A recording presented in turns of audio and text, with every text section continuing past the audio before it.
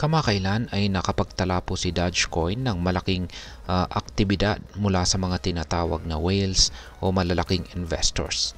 Matapos po nilang bumili ng 160 million Doge sa loob lamang ng 24 oras. Ang pagbili ng mga whales ay nagtulak po sa market sentiment at nagpasigla ng pag-asa na maabot ni Dogecoin ang inaasam-asam na $1 na presyo.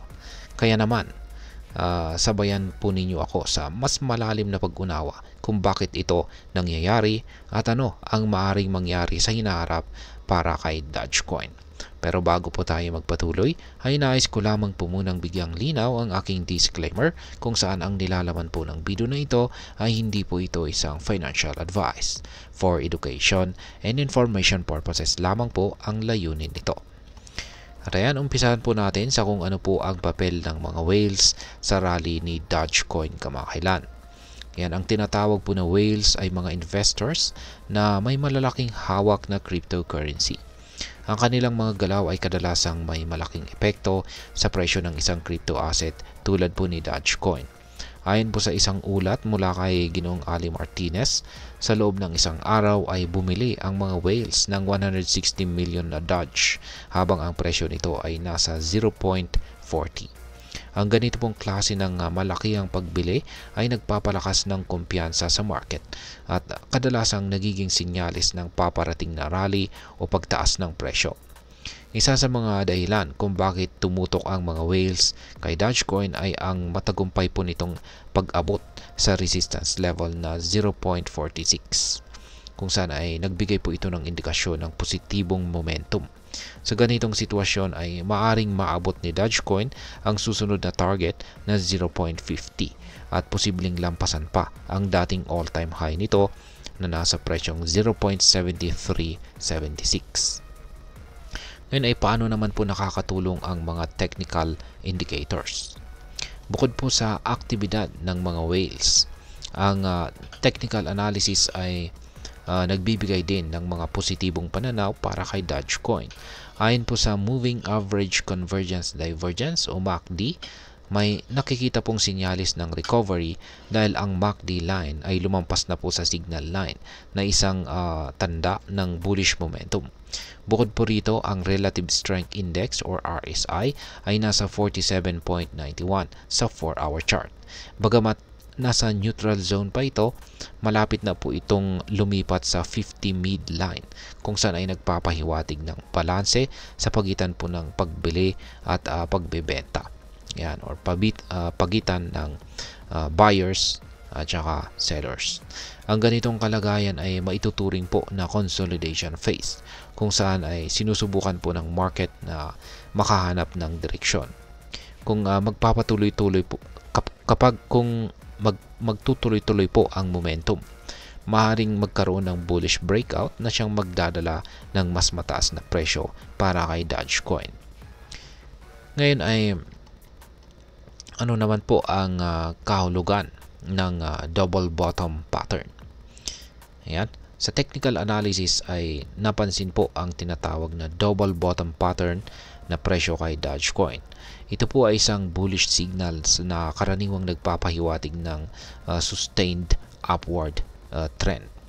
Ang pattern na ito ay nakikita kapag ang presyo ay dalawang beses na nagkaroon po ng retest sa isang support level bago ito tumaas, na siyang nagdudulot ng hugis na W sa chart.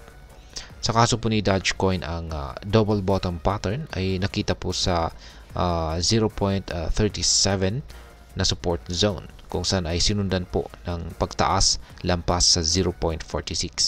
Ipinapakita po nito na unti-unting humihina ang selling pressure habang dumarami naman ang mga buyers. Kung magtutuloy po ang ganitong momentum, may potential po na umangat ang presyo ni Dogecoin ng hanggang 85%, kung saan maaring magdala dito sa bagong milestone na higit pa sa dating all-time high. Ngayon ay ano naman po ang maaring maging epekto nito para sa atin bilang mga Pinoy crypto traders at investors ni Dogecoin. Ayan, ang ganito pong balita ay maaring magdala ng pagkakataon at saka hamon. Ang malalaking pagbili ng whales ay nagpapahiwatig ng tiwala sa potential ni Dogecoin na maaari pong mag-udyok sa iba pang investors na sumali sa momentum. Gayunpaman ay dapat din nating tandaan na ang cryptocurrency ay likas po na volatile. Kaya't mahalaga pong magkaroon tayo ng maingat na diskarte bago po tayo magdesisyon. Para sa mga naghahanap naman ng long-term gains, ang pagsakay sa rally na ito ay maaring magbigay ng malaki-laking kita kung sakaling maabot ni Dogecoin ang target na $1.